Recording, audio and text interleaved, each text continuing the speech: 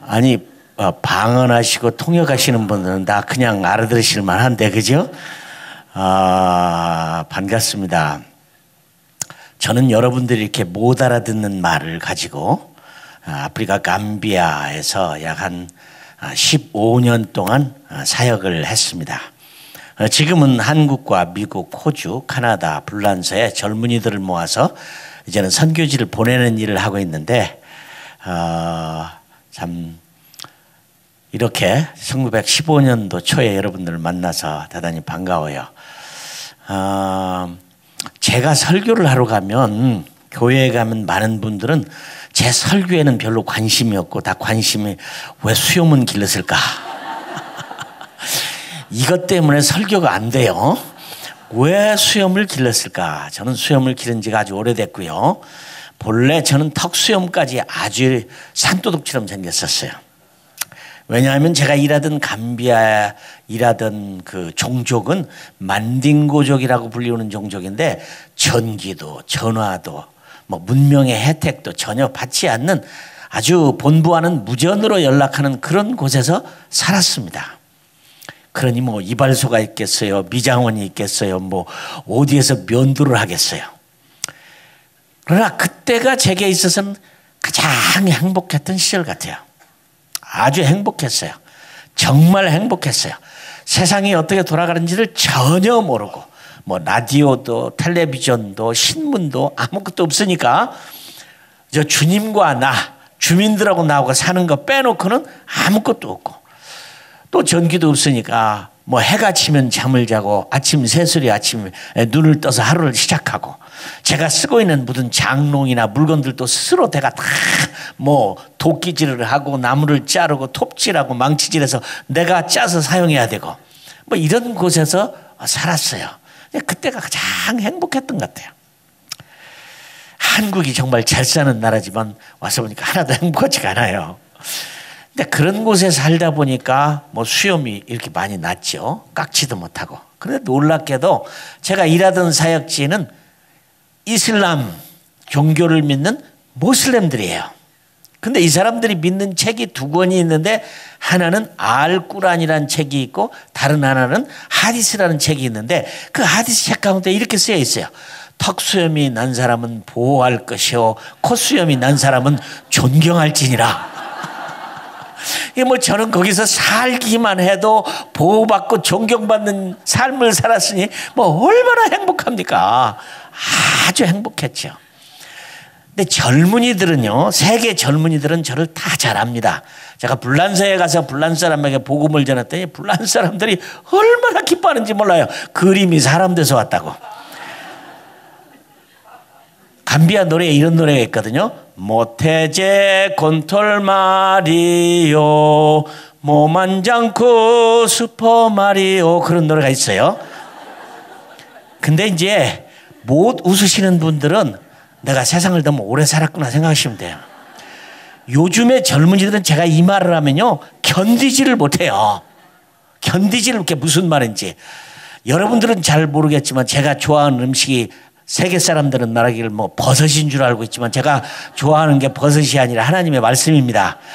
이렇게 해도 안 웃으시는 분들은 지금 세상에 살기에 적당하지 않으신 분이라는 걸 아셔야 돼요. 너무 오래 사셨어. 세상을 너무 모르고 사시는 거예요.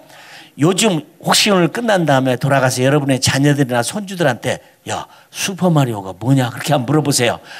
아주 즐겁을 할 겁니다. 너무 좋아가지고 제가 전 세계 젊은이들이 그렇게 좋아하는 슈퍼마리오라는 게임의 마리오하고 똑같이 생겼어요. 근데 제가 마리오를 닮은 게 아니라 그 마리오가 날 닮은 거예요 이제. 그런데 아까 부른 감비아 찬송가의 마리오란 말은 주님이라는 뜻이에요. 거기 말로. 슈퍼마리오니까 놀라우신 주님이니까 제가 예수님의 이름으로 온 세상을 돌아다니니까 얼마나 기뻐요. 그럼 제가 왜 턱수염은 다 깎아버렸느냐. 제가 이제 비행기를 많이 타고 온 세상을 많이 다닙니다. 그런데 하여튼 뭐 이 공항에서마다 다 잡혀가지고 비행기를 놓쳐요. 왜냐하면 턱수염이 이렇게 많이 나니까 한때 빈 라덴을 닮았다고 잡고 도와주지를 않는 거예요. 그래 하여튼 비행기를 떨치고 다음 걸 타고 막 그런 어려운 일을 경험했는데 저한테는 얼마나 하나님이 속도, 박도, 생각도, 마음도, 내 영도 가장 주님을 위해서 살도록, 복음을 위해서 살도록, 선교를 위해서 살도록 불러주신 게 저는 아주 행복합니다. 아주 행복합니다.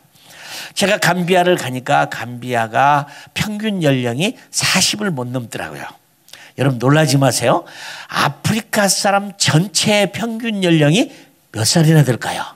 아프리카 전체. 감비아는 그래도 한 40은 되지만 아프리카 전체 평균 연령은 19살 몇 개월입니다. 대한민국은 뭐 70도 요즘은 젊은이라고 하고 80 뭐 그러잖아요. 방송에 들으니까 140까지 산대요. 앞으로는. 그러니까 방송을 듣는 분이 그래요. 어이 그런 소리 말이라 이거 저주다. 60에 은퇴하고 도대체 80년을 무슨 재주로 사냐. 그죠? 끔찍하죠. 끔찍하죠. 그런데 20살도 안 되는 19살 몇 개월. 이게 아프리카 평균 연령입니다. 평균 연령이에요. 보통 제가 가니까 감비아 사람들은 뭘로 많이 죽느냐 하면 말라리아로 이렇게 많이 죽어요. 근데 말라리아 약 비싸지도 않아요. 그 뭐 1,000원이면은 우리나라 돈은 1,000원이면 열알을 줘요. 크로로퀸이라는 약인데 이 약이 별것도 아닙니다. 크로로퀸 약 아마 나이 드신 분들은 기억날 거예요. 옛날 우리말에는 금계락이라고 하는 약이 있었어요. 엄마가 아기 낳고 아기 절대 뗄 때쯤 됐는데 안 떼면 엄마가 젖꼭지에다가 그걸 발라가지고 막 아이가 너무 쓰니까 스스로가 젖 먹는 걸 포기했다고요. 그래서 뗀 게 금계락이라고 하는 약이야. 별것도 아니에요. 저도 그렇게 젖을 뗐어요. 저 자신이. 그 약이 말라리아 약인데 지금도 그 약이야. 근데 1,000원만 있으면 그 약 10알을 사서 걸렸을 때 4알 6시간 후에 2알, 12시간 후에 2알, 24시간 후에 2알 먹으면 살아요. 저도 말라리아를 수없이 걸렸지만 안 죽고 살았어요. 그런데 1,000원이 없어서 죽는다면 여러분들 뭐라고 하시겠어요? 여러분 믿거나 말거나 전 세계에서 대한민국이 제일 잘 산다면 여러분 믿을는지 모르겠어요. 우리가 잘 산다는 기준이 뭐 있습니까? 잘 먹고 잘 사는 거잖아요. 대한민국 같이 잘 먹는 나라가 세상에 어디 있어요? 전 세계에서 음식을 제일 잘한다고 서로 떠들고 목에다 힘주는 게 불란서하고 이태리 사람들인데요. 불란서 사람들도 절대 음식 전 세계 안 진다고 자기들 최고라고 말합니다. 그런데요, 불란서 선교사가 감비아에 와서 먹고 이런 말이에요. 대한민국 음식이 세계에서 최고다. 우리 한국의 여자분들 너무 감사해요. 서양 음식은 금방금방 뚝딱해서 만들지만 한국 음식은 그렇게 만드는 음식이 어디 있습니까? 김치 1년, 2년, 3년 돼야 먹잖아요. 그죠? 고추장 하루아침에 만들어서 먹습니까? 된장 하루아침에 만들어서 먹습니까? 고추장 하루아침에 만들어서 먹습니까? 하루아침에 청국장 만들어 먹습니까? 젓갈을 그냥 생선 사서 그날 만들어서 먹습니까? 아니잖아요. 불란서 사람들 포도주 뭐 1년, 2년 오랜 세월이 될수록 굉장히 비싼데 여러분 포도주 약까지 든 거 아무 쓸모없는 거잖아요. 한국 음식 최고입니다. 불란서 선교사가 말하기를 대한민국 음식 세계에서 최고라는 거예요. 세계에서 제일로 무서워하는 음식도 어디 있느냐? 한국에 있어요. 전 세계 사람이 뽑았는데요. 미국에서는 텔레비전을 봤는데 전 세계 사람이 가장 무시무시하게 느끼는 음식 그게 한국에 있습니다. 개고기 천만에요. 아니에요. 산낙지. 전 세계 사람이 뽑은 가장 무시무시한 음식이 산낙지야. 산낙지.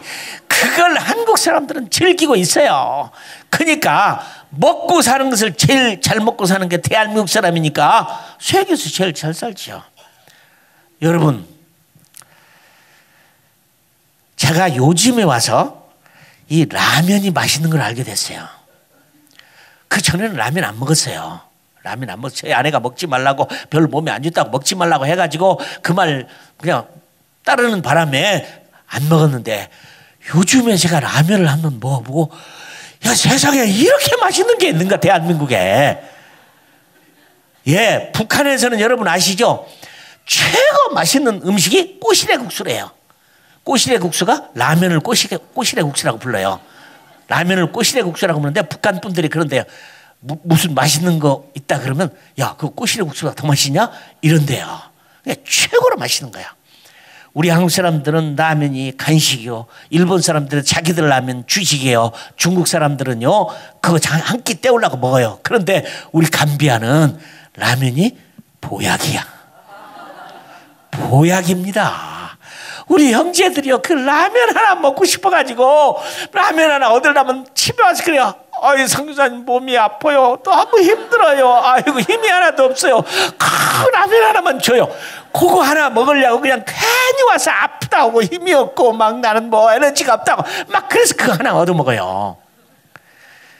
대한민국을 누게 라면을 그렇게 맛있게 먹는 사람이 어디 있습니까? 나는 요즘에 최고 맛있는 음식이 정말 라면이에요. 이렇게 잘 사는 나라 한국이에요. 아프리카 사람들 병 중에 가장 무서운 게 에이즈라고 그러죠. 천만에요. 에이즈가 무서운 게 아니야.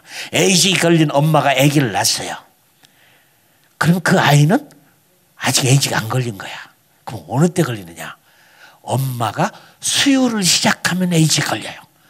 아, 그러면 불쌍하니까 뭐 수유 안 하고 우유 먹으면 되지. 아이고, 우유가 어디 있어요? 우유가 어디 있냐고요? 나무가 어디 있냐고요? 그 살 돈이 어디 있느냐고요? 에이즈에 걸리면 그래도 6, 7년 살아요. 그러나 엄마가 젖을 안 먹이면 아기는 며칠 아니면 죽죠. 에이즈가 무서워요? 가난이 무서워요? 가난이 무섭죠. 1986년도 꼬티디부아르라는 나라에서 선교사들 모이는 정글 속에서 회의가 있었습니다. 그래서 저는 감비아 대표로 거기를 갔어요. 일주일 동안, 2주 동안 회의를 하는데 회의가 한참 진행되는데 가나에서 오신 얼굴이 검으신 장로님이 손을 들고 질문했어요. 의장, 질문이 있습니다. 예, 무슨 질문인가요? 선교사님들이 믿는 하나님 우리도 믿습니다. 선교사님들이 믿는 예수님 우리도 믿습니다. 선교사님들이 믿는 성경책 우리도 가지고 있고 우리도 믿습니다. 선교사님들이 기도하는 것만큼 우리도 기도하는데 선교사님들은 비행기도 타고 좋은 자동차도 있고 좋은 집도 있고 맛있는 것도 먹는데 왜 우리는 비행기도 못 타고 자동차도 없고 맛있는 집 음식도 없고 좋은 집도 왜 없습니까? 그 이유를 좀 설명해 주세요. 막 이런 회의장이 갑자기 막 쥐 죽은 듯이 조용해졌어. 여러분이 대답해 봐요. 똑같은 하나님, 똑같은 주님, 똑같은 성경, 똑같이 기도하고 똑같이 믿음이 있는데 왜 선교사들은 비행기도 타고 좋은 자동차도 있고 좋은 집도 있고 맛있는 거 먹는데 왜 아프리카 사람은 집도 없고 말라리아 걸려서 1,000원이면 사는데 1,000원이 없어서 죽어요? 이런 불공평하신 하나님, 여러분 하나님 공평하십니까? 아니죠. 무슨 하나님이 공평해요? 안 공평하죠. 누구는 잘 사는데 누구는 돈도 없고 누구는 좋은 자동차 타고 있는데 누구는 좋은 장도 아니고 누구는 좋은 아파트에 살고 있는데 여러분 안 그런 분도 많고 새빵살에 있고 저는 한국에 사는 거 포기했어요. 전세돈이 없어가지고. 나는 서울에 사는 사람은 다 부자더라고. 어느 구석인가 하여튼 뭐 옥합방이든지 뭐가방이든지 어느 하나 얻어서 몸 가지고 사는 거 보니까 그래도 전세 사골세라도 있으니 들은 거 안 같냐? 선교사 있다가 딱 나왔는데 나는 뭐 죽어도 그런 집을 얻을 능력도 없고 나는 이 나라에서 못 살겠다 그런 생각이 들더라고. 불공평하잖아요. 하나님은 불공평하신 하나님. 어? 똑같이 머리 좋고 똑같이 공부 잘하고 똑같이 좋은 직장에 똑같이 좋은 얼굴 잘생겨 다 그래요? 다 다르잖아요. 어? 불공평하신 하나님. 제가 정글에 있는 교회 예배를 들어 주일날 가다가 자동차가 사고가 나서 전복돼 버렸어요. 난 정신을 잃어버려 갖고 마침 지나가는 트럭이 저를 실어다가 감비아 병원에다 입원시켰어요. 퀸 빅토리아 메모리얼 하스피탈, 영국의 엘리자베스 여왕이라는 메어리라고 하는 여왕의 기념병은 영국 사람들이 지어준 병원이니까 얼마나 좋아요. 근데 아침에 깨어났는데 의사가 와서 그러는 거예요. 이재원 선교사님, 엑스레이 찍어보니까 뭐 갈비가 3개 부러지는데 별거 아니니까 우리 병원 아시잖아요. 별거 없는데 항생제 줄 테니까 가지고 가서 집에 가서 쉬세요. 아니 교통사고가 나가지고 갈비가 3개 부러졌는데 우리 병원에 아무것도 없다고 항생제 줄 테니까 집에 가 쉬래요. 그럼 항생제도 안 받아가지고 집에 왔어. 우리 집에 오면 약이 많으니까 병원이니까 집에 왔어요. 근데 점점 더 심해지는 거예요. 반신불수가 돼가지고 눈도 한쪽에는 감아지지도 않고 음식은 오른쪽으로 먹으면 넘어가지도 않고 반제를 못 쓰고 점점. 그래서 제가 미국 병원으로 옮겼어요.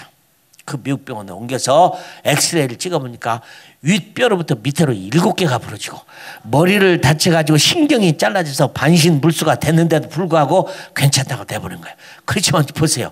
저는 이렇게 건강해가지고 뭐 자리에 눕지 않고 다시 건강을 얻었잖아요. 좋은 병원, 좋은 약, 좋은 음식 먹고.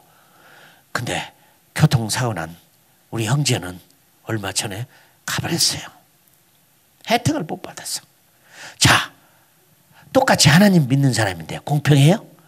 나는 한국에 와서 미국 가서 좋은 약 먹고 고침받아갖고 건강한데 그 사람은 그렇게 못해가지고 허리가 부러져서 결국은 일찍 30도 못해서 하나님 나라를 갔죠. 공평하신 하나님? 같이 일하는 선교사님이 전기 톱을 가지고 나무를 자르다가 손가락이 3개가 잘라져 버렸어. 막 수건으로 싸가지고 그 병원으로 가야 아무것도 없으니까 개인 병원으로 갔어요. 개인 병원이라고도 별것도 없죠. 갔더니 베니아파는 위에다 올려놓고 그 의사가 하는 말이 그런 거예요. 선교사님, 저 손가락 3개 잘라진 거 아직 안 떨어지고 덜렁덜렁 붙어있는데 그거 잘라내버리십시다. 제가 그랬어요. 내 손가락도 아닌데 내가 잘라라 붙여라 어떡하겠어요? 본인에게 물어보세요. 그랬더니 본인이 누워서 그래요. 아이고 잘라내세요. 그래도 7개는 남아있잖아 이래요. 이렇게 7개는 남아있다. 근데 그때 생각이 났어. 예수님, 여러분 패션 오브 크라이스트라는 영화를 보면은 예수님이 세자 말구의 귀를 칼로 잘랐는데 예수님이 갖다 도로 붙이잖아요. 그죠? 그리고 신문에 보니까 떨어져 나간 손가락도 주워다가 봉합수술에 성공한다는데 왜 안 떨어진 손가락을 3개나 되는 걸 왜 잘라내? 그래서 여봐요 닥터 피터. 그 신문에 보니까 잘라져 나간 손가락도 주워다가 봉합수술 성공하는데 왜 자르냐? 붙이시오. 그랬어요. 그분이 그래요. 어이 그래요. 그럼 붙이지요. 그러더라고. 얼마나 재밌나라요. 그런데 그걸 꿈했는데 이분이 미국에서 오신 분이라. 그래서 미국으로 갔는데 미국의 병원에 입원을 했는데 의사가 이러는 거예요. 조금만 늦었으면 그냥 폭발할 뻔 알았습니다. 아니 그 안에 나무 쪼가리까지 다 집어넣고 그냥 꾸맨 거야 이게. 그 손가락이 살아났겠어요? 그래서 다행히 미국 가서 살아났어요. 감비야, 대한민국 태어난 게 여러분들은 얼마나 다행이에요. 그죠? 얼마나 다행이야. 아프리카 사람들 그게 뭐예요? 여러분 하나님이 꿈이 있을까요? 우리들은 꿈도 있고 우리는 비전도 있는데 하나님도 꿈이 있을까요? 성경에 보면 하나님도 꿈이 있어요. 그죠? 하나님도 꿈이 있어. 그러면 하나님의 꿈은 뭘까? 하나님의 꿈은 무엇일까? 그 꿈이란 말은 하나님의 뜻은 뭘까? 하나님이 가장 크고 작은 꿈들이 많겠지만 가장 최고의 꿈은 무엇일까? 그럼 사람 구원받는 거지, 그죠? 그렇죠. 자기가 만든 사람, 자기 형상을 따라 지으신 하나님의 백성. 그런데 하나님의 에덴 동산을 만들어 놓고 거기에 그렇게 행복하게 천국처럼 살도록 만들어 놨더니 결국에는 사단의 꾀에 빼져서 선악을 알게 하는 나무 열매를 따먹어서 그냥 하나님의 원수가 돼버렸죠. 그래도 하나님은 사랑하세요. 그래도 그 사람을 버리지 않고 네가 이 열매를 따먹으면 정령 죽으리라. 그래서 인간에게 사망이 온 겁니다. 사망이 왔어요. 누구든지 다 죽어야 돼요. 이런 희망 없는 저희들에게 그래도 예수님을 보내셔서 그 아들 예수 그리스도를 십자가에 못 박혀 죽게 하심으로 그를 믿는 자마다 구원을 얻게 하는 한 생명이 구원받는 것이 천하보다도 귀하다고 그랬잖아요. 응? 하나밖에 없는 아들을 예수님을 땅에 보내서 십자가에 못 박혀 죽게 하심으로 그분 따라서 믿기만 하면 구원받게 하는 거죠. 제가 영등포에서 집회하는데 끝나고 나니까 어떤 여자 집사님이 저 밖에 있다가 선교사님 제가 뭐 하나 해드리고 싶은데 선교사님 소원이 뭐예요? 집사님 소원은 감비아 사람이 구원받는 거죠. 그 사람들은 태어나서 태어나는 것도 지옥처럼 태어나고 사는 것도 지옥처럼 살다가 또 죽어서 지옥에 간다는 게 나는 너무 괴로워요. 한국 사람들은 그저 예수 안 믿고 이렇게 살다 죽어도 내가 덜 슬퍼요. 왜? 이렇게 좋은 나라에서 살다가 맛있는 거 많이 먹고 갔으니까. 그래, 아프리카 사람은 먹는 것도 제대로 못 먹고 그렇게 살다가 지옥처럼 살다가 또 지옥에 간다. 제가 감비아에 있는데 저 장로님이 한 분 오셨어요. 그분 어느 경상도 어느 여자 고등학교 교장 선생님이었는데 오셔서 한 2주 동안인가 있는데 오면서부터 울기 시작하더니 갈 때까지 우시는 거야. 내가 인생에 이렇게 힘들고 어렵게 사는 사람들이 이런 것이 있는 조차도 모르고 인생을 아무렇게나 살았다. 그리고 막 우시는 거야. 그냥 갈 때까지 우셨어요. 가지고 있는 것을 다 주워버리고 가셨어. 오죽 불쌍하게 보이면 그렇겠어요. 오직 불쌍하게 보이면 그렇겠어요. 그래서 저는 그런 생각을 해요. 아프리카를 한 번도 안 가보신 분들은 인생을 논할 자격이 없다. 사실 아담과 하와가 성경에 나오니까 성경 인물이라고 굉장한 걸로 생각합니다. 우리가 아담과 하와가 하나님이 첫 번째 알고 보면 별거 아니에요. 원시인이라고. 그잖아. 아담과 하와가 본래 원시인이었어요. 그러니까 그런 아담과 하와 같은 분이 볼 수 있는 곳이 아프리카예요. 지금도 그렇게 살아요.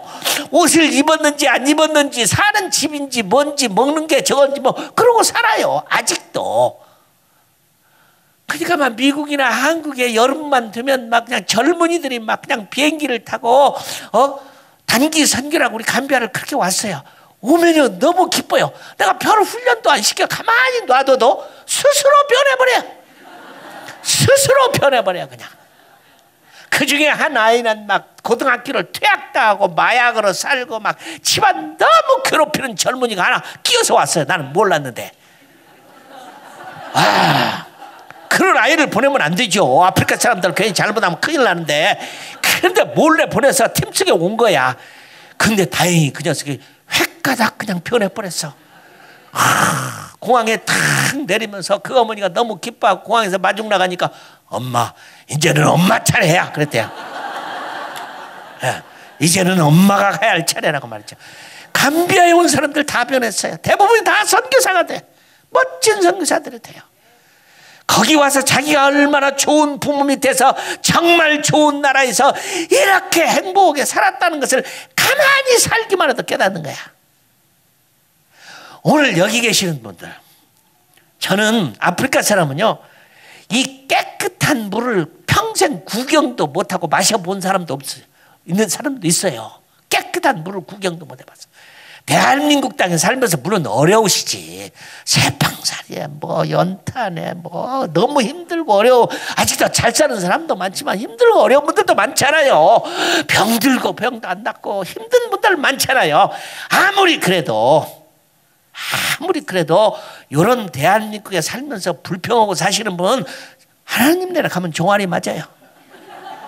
종아리 맞아. 저는 깨끗한 물 한 잔만 마시고도 나는 평생 감사하고 살 수 있어요. 저는 제 인생에 감사 외에는 아무것도 없어요. 내 인생에 감사라는 것 외에는 아무것도 없어요.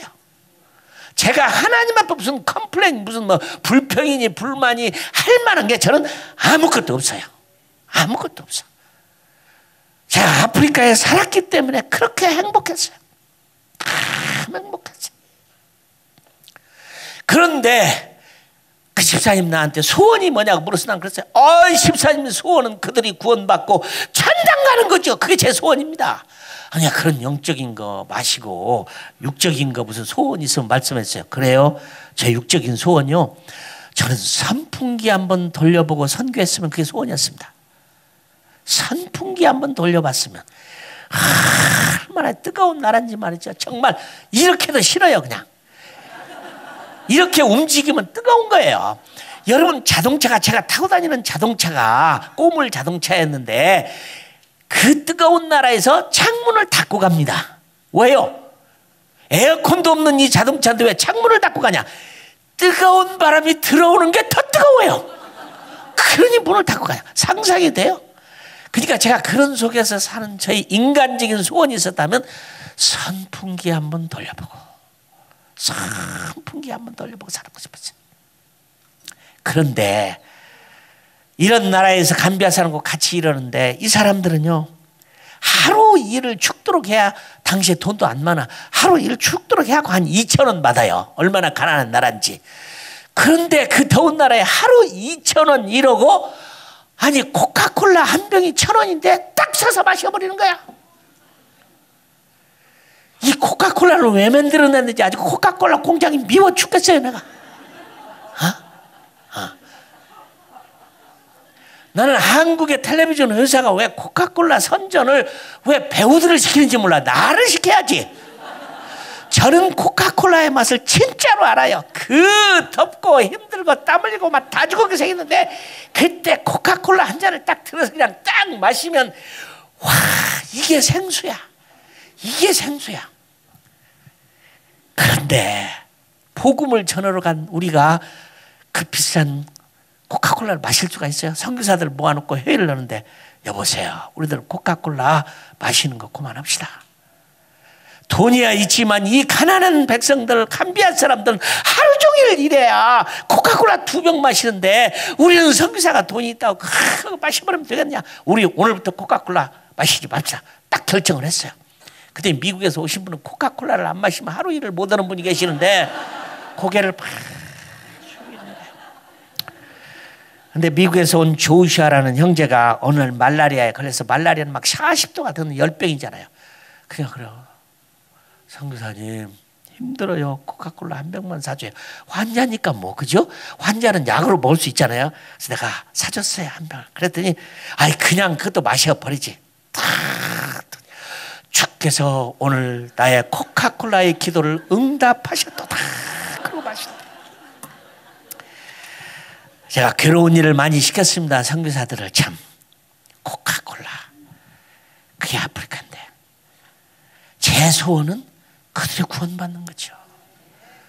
하나님이 그들을 구원을 위해서 그의 독생자 예수를 이 땅에 보내서 십자가에 못 박혀 죽게 하시고, 누구든지 마음으로 믿어 입으로 시인하면 구원을 얻는 이 쉬운 구원을 그들은 못 받고 있다 이 말이죠. 한 영혼이 천하보다 귀하다고 했으니까 우리는 그런 영혼을 찾아서 제가 저 아프리카 구석까지 간 겁니다. 그 구원받을 때 하나님이 얼마나 기쁘시겠어요. 그런 사람이 구원받는 게 하나님의 꿈이죠. 그러면 그들을 멀리 찾아가서 복음을 전해서 구원받는 것이 하나님의 최고의 꿈일까요? No, 아니죠. 그것이 하나님의 꿈이긴 하지만 가장 큰 꿈은 아니죠. 그럼 무엇이 하나님의 큰 뜻이요 꿈일까요? 예수님이 십자가에 못 박혀 죽으셨습니다. 부활하셨습니다. 다들 무서워서 감히 복음을 못 전하고 몰래 숨어서 가는데, 바로 마가의 다락방에, 요 다락방에 120명이 모여서 쥐죽듯이 막 그냥, 그래도 주님을 따라다니다 그분이 십자가에 죽으시고 가셔버린 다음에 얼마나 괴롭겠어요. 그러나 아버지의 약속하신 것을 받을 때까지 예루살렘을 떠나지 말고 나를 기다리니까 120명이 그래도 그 사람들이 무섭지만 모여서 조용히 마가의 다락방 2층에서 기도를 하고 있는데, 갑자기 하나님의 놀라운 성령이 임해서 그들이 데려보면 굉장한 일이 일어났잖아요. 조용히 기도하던 자들이 갑자기 떠들기 시작한 거야. 그러니까 성령 충만은 간단해요. 조용하던 사람이 떠들기 시작하면 그건 성령 충만이야. 성령 충만의 첫 열매는 간단한 거예요. 조용한 친구들이 갑자기 떠들기 시작하면 그건 성령 충만이야. 갑자기 떠들기 시작하니까 지나가는 사람들이 놀라서 이게 웬일이냐고 들어가서 보니까 대낮부터 다 술 취했다고 하잖아. 여러분도 아시겠지만 성령에 취한 사람들 보면, 나는 정말 이 레슬링 선수 같은 이렇게 큰 사람이 성령에 취해가지고 자기 몸을 막 거느지를 못해갖고 내가 겨우 잡아갖고 앞자리에 앉힌 적이 있어요. 정말로 술 취한 듯 취하더라고. 120명이 그 성령의 충만함을 받고 성령 세례를 받고 오늘날의 교회를 만든 120명의 교회 개척자들이 나온 거잖아. 그 중에는 예수님의 어머니 마리아도 있었고 예수님의 동생도 있었고 자, 그 얘기를 시간은 없지만은 그렇게도 예수를 안 믿고 예수가 복음을 전하면 가서 미쳤다고 끌어 잡아다니던 예수님의 동생들이 거기 끼어서 성령 충만받고 기도에 전혀 힘을 쓰는 놀라운 기독교의 대혁명이 일어난 게 마가의 오순절 다락방이잖아요. 와, 그들이 아니었으면 오늘날의 교회가 생겼겠어요? 그들이 아니었으면 오늘날의 기독교가 있었겠어요? 예수님은 하늘로 올라가셔 버렸고 그 다음부터는 누구도 예수님을 본 적이 없는데 이들이 다 증인이 돼서 온 세계 복음을 전하는 그 사건이 일어난 이 오순절 사건, 위대한 사건이잖아요. 이 사건이 없었다면 이 땅에는 희망이 전혀 없는 세상이 되고 말까요? 그러면 하나님의 꿈이 오순절 마가의 다락방에 120명의 성령 주사 온 세상에 들어서 큰 교회들을 세우는 게 하나님의 꿈이었을까요? No. 아니죠. 무엇이 하나님의 큰 뜻이었을까요? 하나님의 비전이었을까요? 하나님의 꿈이었을까요?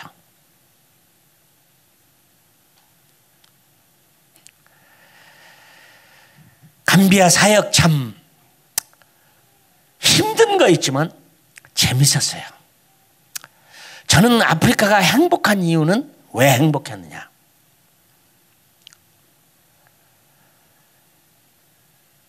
아무것도 없어서 행복했어요. 없어도 이렇게 없는 나라가 나는 몰랐어요. 아프리카도 다른 아프리카를 먼저 가버렸으면 내가 거기를 갔을 텐데 이 감비아는 없어도 이렇게 없는 나라. 혹시 옛날 분들은 영화에 뿌리라는 영화를 보시면 있는지 모르겠어요. 쿤타 킨테가 나오는 뿌리 영화. 바로 킨타 쿤테의 고향 뿌리 영화가 만들어진 데가 감비아예요. 우리 찬송가 옛날에는 405장 지금은 305장 나 같은 죄인 살리신 영어는 어메이징 그레이스라고 하는 이나까와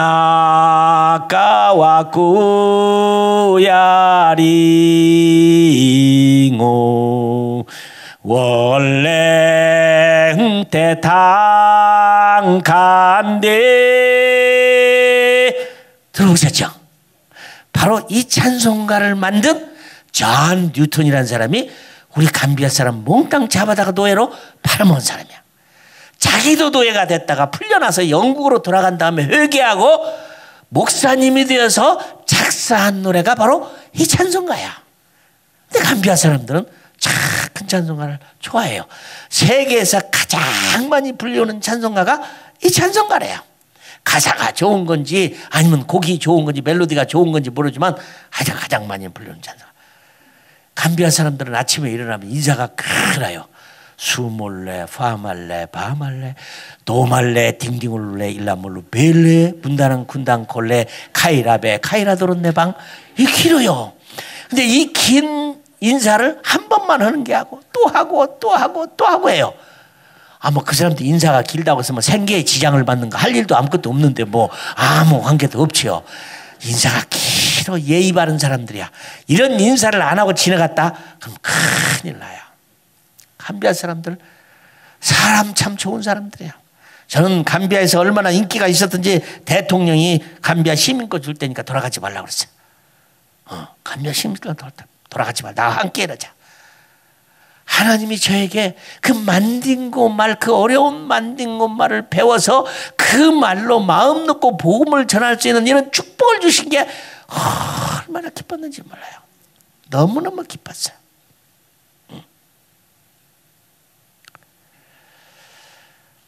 뭐 그까짓 거 세상 거 뭐 별거 뭐가 있어요? 불쌍해요. 이 세상은 너무 불쌍해요. 좋은 거 하나도 없어요.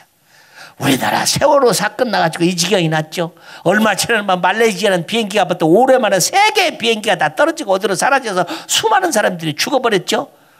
이 세상이 뭐야 이게? 세상이 뭐야? 무슨 희망이 있어요? 정치가 희망이 있으면 나는 정치 한번 해보자고 했어요. 경제가 희망이 있으면 경제 한번 해보자고 했어. 교육이 희망이 있으면 교육 좀 해보자고 했어. 과학이 희망이 있으면 과학으로 좀 잘 살아보자고 했어요. 그런데 여러분 아시잖아요. 아무리 바라봐도 정치 아무리 바라봐도 희망이 없잖아요. 그죠? 북한의 우리 동포들을 생각하면 가슴이 삐어져요. 김일성이, 김정일이, 김정은이 3대가 우리 동포를 이렇게 고통스럽게 괴롭게 만드는, 그죠? 근데 이런 세상은 웃겨요. 그런 걸 모든 국민이 다 알고 있는데 그 속에는 또 종북을 하는 사람이 있어. 또 그것이 살기가 좋은 것이라고 이렇게 떠들고 있는 사람이 있어. 그럼 보따리 싸서 거기가 사시지. 뭐로 남한에서 사셔, 그죠? 가지도 않아 또. 거기 가서 아기까지 낳고 오신 분이 계시더라고. 자, 좀 가서 좀 사셔보시지, 그죠? 이 세상은 아무런 희망이 없어요. 참 희망이 없어.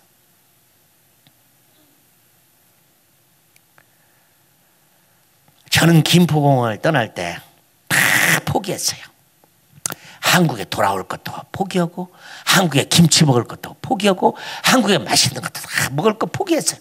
왜냐하면 당시에 제가 1982년도에 아프리카를 간다는 사실은 살러 가는 게 아니라 죽으러 가는 거예요. 무슨 책을 봐도 아프리카는 무시무시한 것이고, 무슨 영화를 봐도 아프리카는 무시무시한 것이에요. 그런 곳을 가는 거예요. 그러니까 저는 다 포기하고 갈 수밖에 없어요. 그래서 김포공항에서 1982년 7월 1일 날 비행기를 타고 가는데 우리 성도들은 나와서 얼마나 우는지. 우리 권사님은 그래요. 여기서 목회하지 거기를 뭐하러 가요. 이재환 성사님 한국서 목회에서도 잘하실 텐데 여기서 목회하지 뭘 거기를 왜 가요. 의사 선생님, 나를 치료했던 의사 선생님 그렇게 병에 천국인데 뭐로 거기를 갑니까. 가지 마세요. 가지 마세요. 정도. 그러니 선교사로 가는 제 속을 들여다보면 굉장한 믿음이 있었을 것 같죠. 아마 사자 같은 믿음이 있으니까 아프리카를 가는구나. 천만의 속을 이렇게 들여다보니까 불안, 초조, 걱정, 근심, 염려, 이거밖에 아무것도 없는 거예요. 성경에 가라고 하니까 가는 거였었지. 내가 복음 받고 구원 받았으니 구원을 못 들은 사람 저 멀리 가야 되잖아. 제가 주일학교 때 들은 찬송가가 내 마음을 늘 움직였어. 단일종이 땡땡땡 은은하게 들린다. 저 깊고 깊은 산골 오막살이에도. 그 찬송 어렸을 때 배운 게, 그렇지. 복음을 들은 사람은 저 바닷가에도 어부들이 사는 그 동네에도, 저 깊고 깊은 산골에도, 저 아프리카 구석구석 미전도 종족 미개인들이 사는 속에도 그 복음을 들어야 하잖아요. 내가 구원받았으니 남을 구원하는 건 당연한 거 아니에요? 빚을 졌으면 빚을 갚아야죠. 사랑의 빚을 졌으면 갚아야지. 난 당연히 하나님이 나더러 선교사를 가라고 한 말도 없었고, 환상을 본 것도 없고, 꿈을 꾼 것도 없고, 누가 예언해 준 것도 없고, 어떤 분은 나 기가 막힌 얘기를 하더라고. 비행기를 타고 가는데 하나님이 구름으로 글자를 써줬대요. 가라. 오늘 나가시면서 여러분들도 하늘을 좀 잘 쳐다보세요. 좀. 어떤 사람은 주의 음성으로 들려줬다는 거, 어떤 사람은 환상으로 보여줬다는 거, 누구는 예언해서 가라고 했다는 거야. 나는 그런 것도 아무것도 없어. 성경이 가라고 했으니까 구원받은 내가 당연히 하늘과 땅의 모든 권세를 내게 주셨으니 그러므로 너희는 가라는 그 명령에 그냥 간 거죠. 근데 막 마음은 불안한 거죠. 그래 막 성도들은 막 우니까 저도 공항에서 막 울었어요. 그렇지만 제가 포기 안 한 게 있었다고요. 그래도 아프리카에 가면 바나나는 있겠지.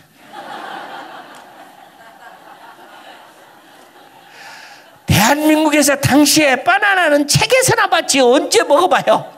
지금은 뭐 마켓에 가면 바나나가 얼마나 사 먹지만 당시에는 바나나가 책에 그림으로만 있었지 무슨 재주로 대한민국 사람이 당시에 바나나를 먹겠어요.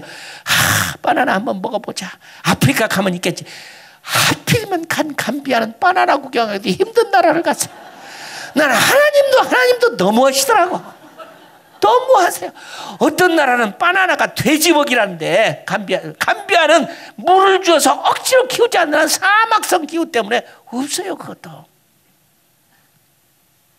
내가 학교를 세워놓고 아이들을 참 마음을 부드럽게 하려고, 마음을 부드럽게 만들라고 학교 강단에다 다 꽃을 심었어요.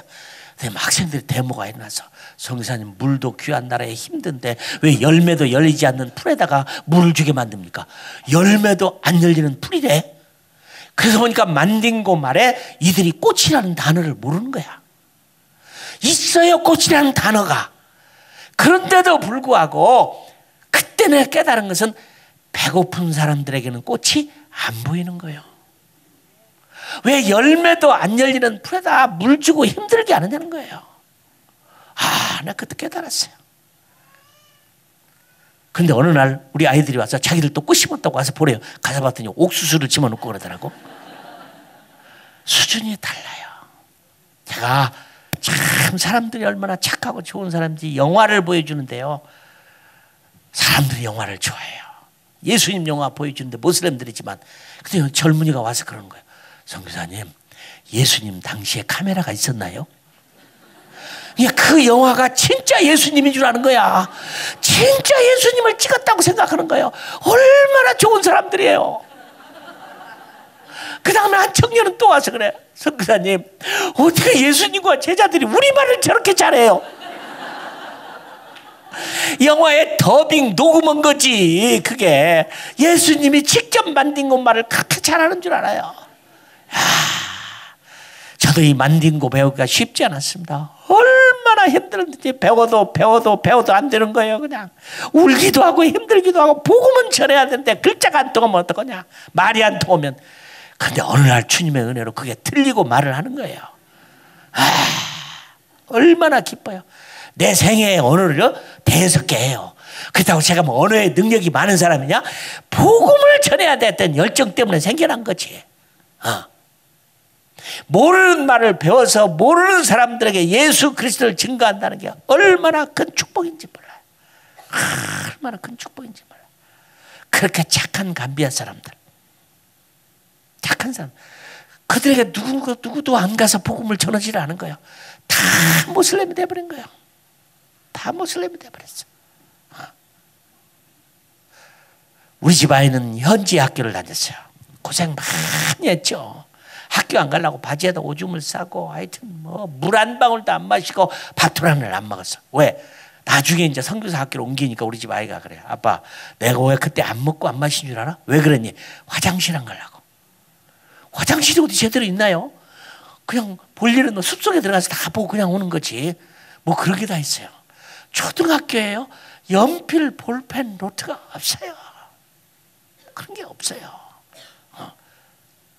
의자, 책상, 걸상도 국가에서 못 만들어줘요. 자기 집에서 자기들이 만들어가지고 하게 얼마나 우습게 만들어진 거예요. 그런 걸 다 방학이 끝나면 도로 머리에 이고 가지고 나오고 방학이 그 다음 끝나면 그걸 들고 또 학교로 가고 그래요. 연필, 볼펜이 없어요. 그런 속에 하나님이 저를 통해서 얼마나 놀라운 기적과 역사를 많이 베푸셨는지 몰라요. 대한민국 이렇게 잘 살고 좋은 나라가 세상에 어디 있습니까? 그렇다고 좋을 거 하나도 없어요. 요즘에 학교를 제대로 보냅니까? 아이들 학교를 제대로 보냅니까? 무서워서 못 보내잖아요. 요즘 가정교육에다가 막 대안학교에다가 막 무서워요. 아이들 학교 보내기가. 그러니 이 세상에 무슨 희망이 있습니까? 희망이 없어요. 뭘 위해서 살까요? 아무런 희망이 없어요. 우리 집 아이가 고등학교 3학년 때인데 물어요. 아빠, 오늘 학교에서 진화론 시험 보는데 어떻게 할까요? 이런 참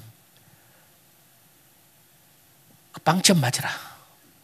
왜 사실이 아닌 걸 어떻게 맞다고 하겠어요? 미국에 나온 책에 이런 책이 있습니다. The Seven Men Who Ruled the World from the Grave라는 책이 있어요. 이게 무슨 책이냐면 이 살아있는 세상을 땅속에 들어서 죽은 7명이 움직이고 있대요. 아니 무슨 살아있는 세상을 땅속에 들어간 무덤 속에 들어간 7명이 움직이냐? 사실입니다. 그 책을 읽어봤더니 그러면 7명이 누구냐? 첫 번째가 예수님 공자 석가? 아니에요. 찰스 다윈이라는 진화론자야. 맞습니다. 이 세상은 하나님을 안 믿는 사람은 무조건 진화론을 믿어야 돼요. 원숭이로부터 우리가 진화된 포유동물이라는 거야.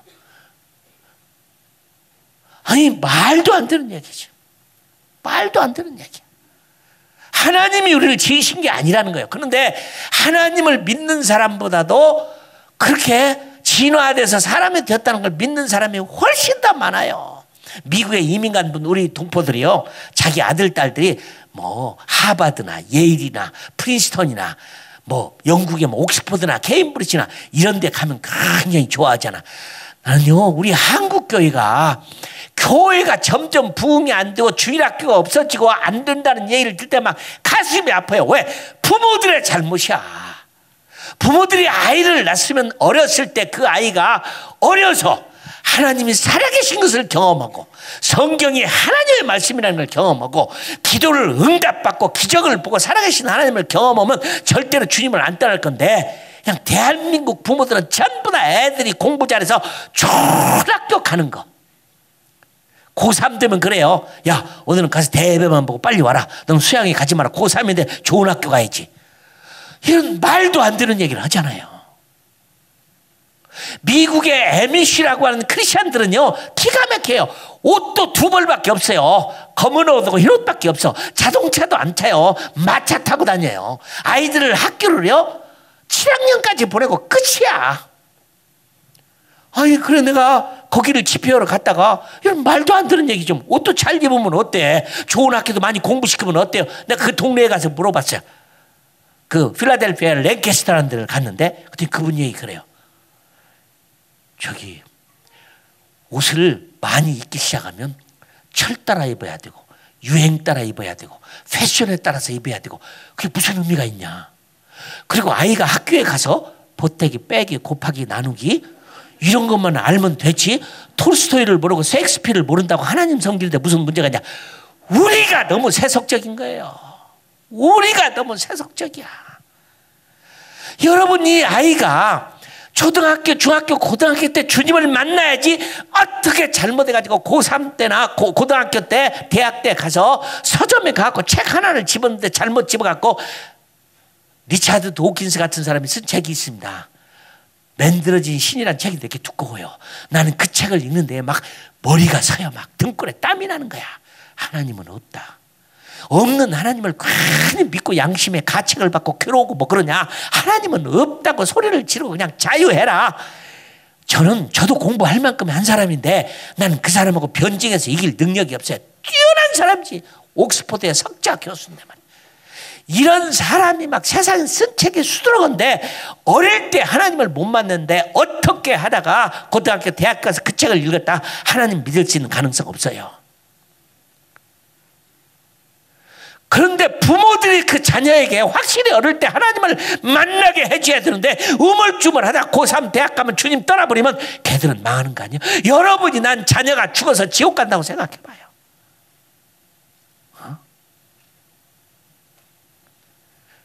하버드, 예일, 프린스턴, 콜롬비아, 무슨 케임브리지, 옥스퍼드, 여기에 있는 진화 생물학자가 뭐라고 가르치는 줄 알아요? 그 중에 한 사람이 피터 싱어라는 사람은 프린스턴의 진화 생물학 교수인데요. 학생들이 이렇게 가르치는 거야.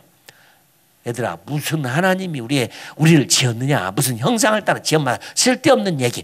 우리는 동물로부터 진화한 포유동물이다. 나는 거기까지만 가르치면 괜찮겠는데 그 다음이 뭐냐? 그러므로 사람이 동물과의 결혼이 가능하다. 이런 미친 사람이 있어요. 나는 만나면 묻고 싶어요. 너는 왜 사람하고 결혼했냐? 묻고 싶어요. 미국, 한국도 그래요. 한국도 그래요. 최재창 교수라고 들어보시는지 모르겠네. EYG 대학교 교수, 석자 교수예요. 기독교 학교 교수입니다. 그 사람이 그런 사람이에요. 그 사람이 강연도 들어보고 책도 읽어봤어요. 웃기는 얘기예요. 최근에 제가 너무 깜짝 놀랐어요. 심장 이식 수술하신 분을 막 대학 교수님인데 남의 심장을 갖다 옮긴 거예요. 이식 수술. 나 신문에서 보기는 봤지만 심장 이식을 하신 분을 평생에 처음 만났어. 믿음이 얼마나 좋으신지. 그때 물어봤어요. 저 죄송하지만 심장을 이렇게 이식을 하고 나니까 남의 심장 가져왔잖아요. 그 사람도 마음도 함께 왔나요? 물어봤더니 아니래요. 그냥 거짓말이야. 우리가 심장이 마음이라고 이렇게 그림을 그리잖아요. 마음은 심장에 있다. 거짓말입니다. 심장 속에 마음이 있어요. 그러면 남의 심장을 옮겨왔으면 그 사람 마음도 함께 와야지. 근데 이 심장이 어디 있을까요? 이 마음이 어디 있을까요? 마음이 확실히 있긴 있는데 머릿속에 있어요? 가슴에 있어요? 발가락에 있어요? 손가락에 있어요? 몰라요. 아무도 몰라요. 그러나 그 마음이 있잖아요. 우리의 영혼이 있잖아요. 그런 걸 진화론으로 해결해 두냐고요. 그런데 세상을 움직이는 건 진화론이야. 그러니 무슨 희망이 있어요? 정치, 경제, 사회, 교육, 문화, 뭐가 희망이 있어요? 난 자녀가 둘만 있으면 학교 안 보내고 집에서 가르치고 싶어요. 물론 유대인들은 이렇게 얘기합니다. 네 자녀 네가 가르쳐라. 근데 대한민국 사람은 자녀를 낳으면 선생에게 맡겨. 웃겨요. 자기 자식을 선생에게 맡겨. 내 자식은 내가 가르쳐야죠. 어릴 때 하나님을 못 만나면 언제 만나냐고요. 언제 만나냐고요. 못 만나요.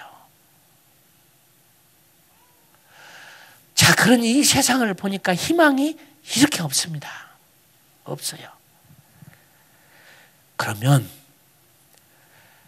하나님은 한 영혼이 구원받는 거, 교회의 창사 오순절 성령의 역사가 일어난 게 하나님의 꿈이었을까? 작은 꿈이었죠. 가장 큰 꿈은 뭘까요? 가장 큰 꿈은 뭘까요?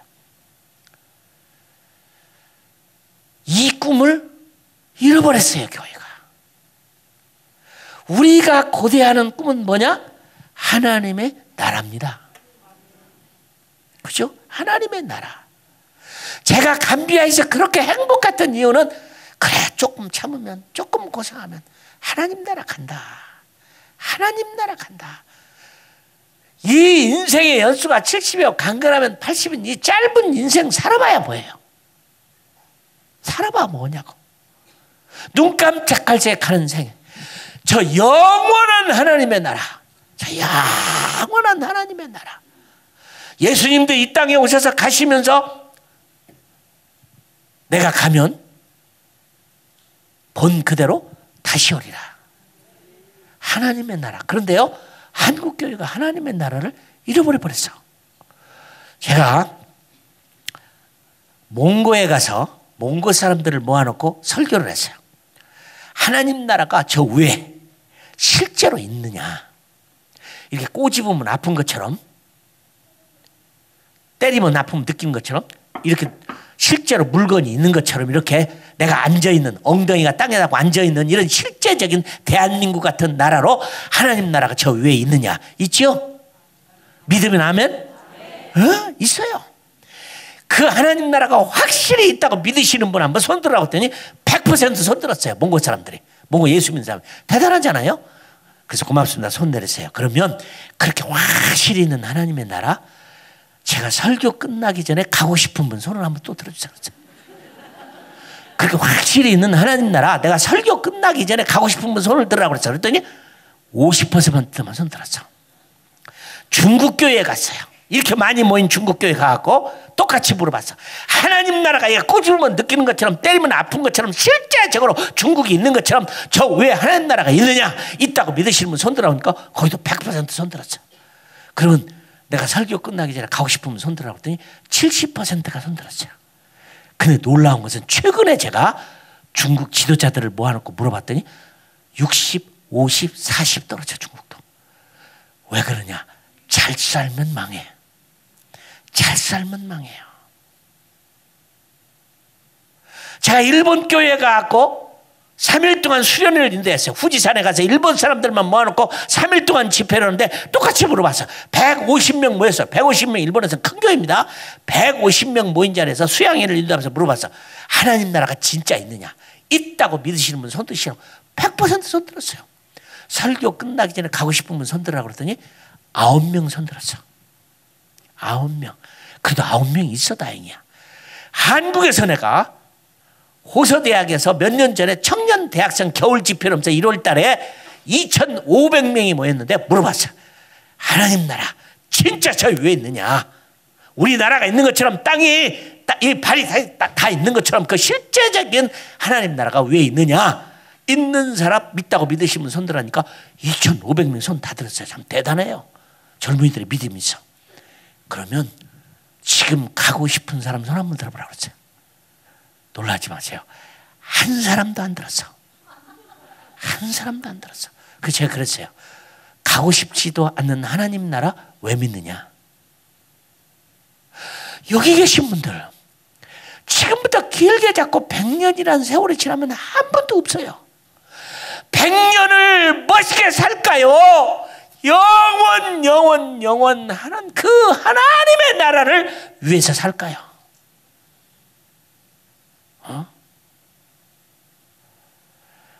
나는 그 100년, 그 70년, 그 80년 난 아프리카에 죽으러 갔어요. 주를 위해서. 영원한 하나님 나라가 있는데. 여러분, 호세아서 4장 2절에 보면 번영할수록 너희가 내게서 멀어지는도다. 잘 살면 멀어져요.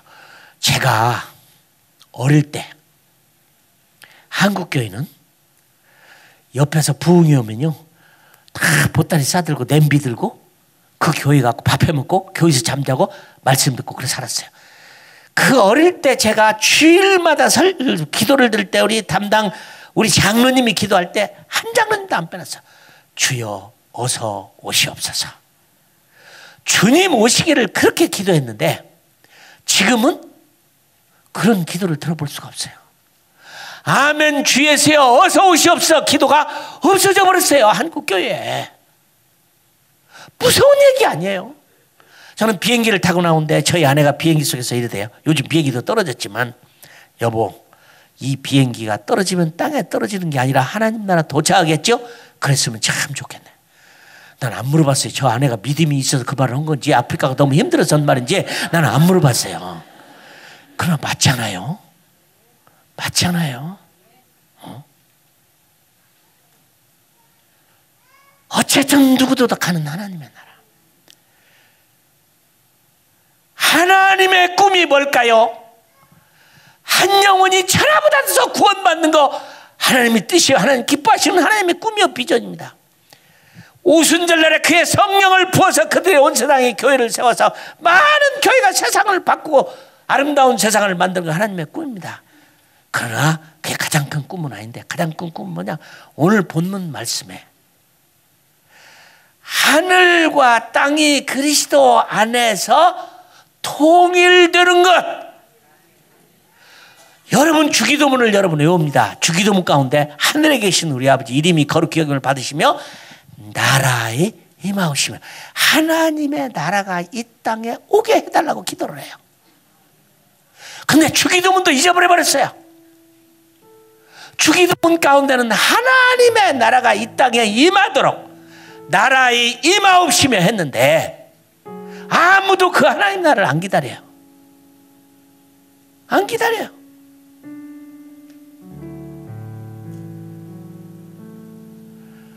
안 왔으면 더 좋겠다고 생각해요. 아무도 안 기다려요. 그 다음에 뭐라고 했느냐? 뜻이 하늘에서 이루어진 것처럼 땅에서도 이루어지이다. 하늘과 땅이 하나 되는 게 하나님의 가장 큰 비전이 꿈이에요. 하늘은 시편에 보면 하늘은 하나님께 속했지만 땅은 사람에게 주셨도다. 사람에게 통치하도록 세상을 주었어요. 근데 인간은 이 땅을 망가뜨리고 사기꾼이 잘 살고 남 속이는 자가 잘 살고 악한 사람이 잘 살고 김정은이가 한 사람의 가족이 저렇게 잘 살고 나머지는 저렇게 노예가 되는 게 인간에게 맡겨준 거라면 우리가 그 인간 이 불만 불공평한 세상 이 세상이 아니잖아요. 하나님의 나라잖아. 그러면 이 하나님 나라가 어떻게 오는 거냐? 저는 하나님의 나라 때문에 행복했어요. 그 나라 가면 된다. 그 나라가 온다. 와야 돼요 또. 이 사람들 이렇게 기도합니다. 하나님의 나라가 땅에 편만하게 전파되게 하시고 복음이 그 정도에 끝나요. 아니죠. 하나님의 나라 오는 방법이 어떻게냐? 잘못된 종말론이 한국교회를 망쳐버렸습니다. 무슨 난리 소문 전쟁 이걸 보니까 주님 오실 때 가까웠다. 쓸데없는 얘기. 성경은 그것은 마지막을 말하는 거지만 마지막 때는 아니에요. 예수님과 제자들이 83년 동안 지었던 헤롯 성전에 들어가서 보고 제자들이 너무 놀라서 우와 이렇게 아름다운 교회 이 많은 돌들 누가 헌금을 해서 이렇게 아름답게 지었을까? 너희들 뭘 보느냐? 돌 위에 하나도 남지 않고 다 무너뜨리라. 예수님이 돌아가시기 전에 그 말씀을 하셨다면 약 36년 후에, 37년 후에 주후 70년 9월 8일 날 돌 위에 돌 하나도 안 남고 완전히 무너졌어요. 제자들의 그 얘기를 들었을 때 너무 놀라갖고 주여 그런 때가 언제 오겠습니까? 난리와 소문, 전쟁, 가짜, 선지자, 메시아, 찌나미 이거 다 일어났어요. 그리고 교회가 웃겨요. 이 종말론이 잘못돼가지고 시한부 종말론, 5월 8일 날 오신다, 10월 8일 날 오신다, 10월 26일 날 오신다. 야, 이거 괴로운 얘기예요. 주님 오셨습니까? 안 오셨잖아요. 폐가망신했잖아요. 교회 앞에다 우리 주님 곧 오십니다 그렇게 써붙여보세요. 지나가는 사람들이 이단교회 아니야? 우리 주님이 다시 오시는 게 그게 우리 하나님 나라를 이루는 하늘과 땅이 그리스도 안에서 통일돼서 에덴 동산이 다시 회복되는 것을 복락원이라고 그래요. 하나님이 하나님이시라면 첫째 우리를 그런 에덴 동산을 만들고 하나님 나라처럼 살도록 만들어서 했다면 그것이 회복돼야죠. 하나님의 가장 큰 꿈이 뭐냐? 하늘처럼 땅이 하늘처럼 앞으로는 새 하늘과 새 땅, 새 예루살렘이 이 땅에 오면 우리는 땅이 하나님 나라 되고 하나님 나라 땅이 되고 땅이 하나님 나라 되고 하나가 되는 겁니다. 세상은 뭘로 망하느냐? 뭘로 망하는 줄 아세요? 세상은 선교로 망합니다. 그게 무슨 말입니까? 마태복음 24장 14절에 보면 이 천국 복음이 모든 민족에게 증언되게 하여 온 세상에 전파되리니 그제야 끝이 오리라. 혹시 여러분들 여기서 기도하는 가운데 주님이 나타나가지고 얘야 내가 너 사랑한다. 그래서 너한테 찾아왔다. 그래서 밤새껏 이 얘기를 하고 새벽쯤 가시면 내가 이제 가야 되겠다. 너에게 아주 중요한 메시지를 주러 왔다. 내가 2015년 12월 30일 날 자정을 통해서 올 것이다. 그럼 여러분 어떻게 하시겠어요? 주님이 찾아와서 만났는데 주님이 그렇게 말씀하셨다고 가정을 하면 어떻게 하시겠어요? 아무 소리 안 해서 다행이네. 어떤 교회 가서 물어봤더니 순종해야지요 그러는 거예요. 이런 큰일 날 얘기가 어디가 있어요? 그날은 주님께서 마태복음 24장 36절에 너희도 모르고 천사도 모르고 나도 모르고 아버지만 아시느니라. 그런데 왜 그걸 그렇게 알려고 노력을 해요? 아무도 모르는데. 그런데 그렇게 알려고는 이유가 있습니다. 왜 그러냐? 그때는 몰랐지만 지금은 알 거다. 그때는 몰랐지만 지금은 알 거다. 말도 안 얘기. 그럼 성경이 틀린 건가요? 저 같으면 그러겠어요. 주님 오셔서 감사한데 마지막 말씀은 내가 농담으로 여기겠습니다. 주님이 오실 수 있는 방법은 누구의 예언에서 오시는 게 아니에요. 마지막에 난리 소문 전쟁을 오시는 게 아니에요. 세상은 뭘로 오시냐? 이 천국 복음이 모든 민족에 증언되기 위하여 온 세상에 전파되리니 그제야 끝이 오리라. 하나님의 소원은 하나님의 나라가 이 땅에 오는 겁니다. 그리고 하나님 나라가 오는 것이 전부가 아니라 요한계시록 7장 9절은 각 나라와 족속과 방언과 언어와 수도 셀 수 없는 자들이 모여서 어린 양과 보좌에 계신 하나님을 영원토록 예배하는 것입니다. 할렐루야. 할렐루야. 나는 오늘 마가의 타락방에 오신 여러분들, 우리는 주기도문을 잊어서는 안 돼요. 나라에 임하오시며. 사람이 구원받는 거 아름다운 일입니다. 교회가 세워지고 교회가 큰일을 하고 딱 끝까지 교회가 세워지는 건 큰일입니다. 아름다운 일입니다. 그러나 하나님의 가장 큰 그분의 소원은 뜻이 하늘에서 이루어진 것처럼 땅에서도 이루어지고 나라에 임하오시며 각 나라와 족속과 방언과 언어와 수도 셀 수 없는 자리에 함께 모여서 영광과 존귀와 감사와 찬송을 세세 뭉떡 받기에 합당하신 보좌에 계신 주님과 하나님을 영원토록 예배하는 게 하나님의 가장 큰 소원이십니다. 하나님의 꿈입니다. 이 꿈을 이루고자 원하는 자들에게는 무슨 일이 있느냐? 나는 오늘 저녁에 여러분들에게 말씀을 나누고 싶어요.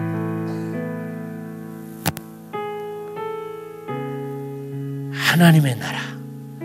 사도 바울은 그래서 그 나라를 사모했기 때문에 내가 두 길 가운데 고통이 있다고 그랬어요. 무슨 고통이냐? 마음은 하나님 나라를 빨리 가고 싶은데 남아서 복음을 전해야 할 일 때문에 내가 괴롭다. 난 여러분이 우리 바울 같은 똑같은 마음을 갖기를 주님의 이름으로 축원합니다. 자, 한번 물어보십시다. 하나님 나라가 정말로 저 위에 주님이 계시고 엘리야가 있고 모세가 있는 베드로가 있는 문지기로 있는 진짜 하나님 나라가 저 위에 있다고 믿으시는 분 아멘 한번 하세요. 아멘. 제 설교 끝나기 전에 가고 싶으신 분 한번 아멘 해보세요. 100%가 안 되는데 다시 한번 아멘. 예. 지금으로부터 지나서 100년이 지나면 아무도 없어요. 여러분, 내 코에서 숨이 멈춰지면 끝이에요. 내가 숨이 붙어있을 때 기도하고, 내가 숨이 붙었을 때 헌금하고, 숨이 붙어있을 때 일하고, 숨이 붙을 때 주님을 사랑하고, 하나님이 주신 아름다운 기회, 2015년에 여기에 모여서 이렇게 기도하는 여러분들 축복입니다. 하나님의 가장 큰 꿈, 뜻이 하늘에서 이루어진 것처럼 땅에서도 이루어지다.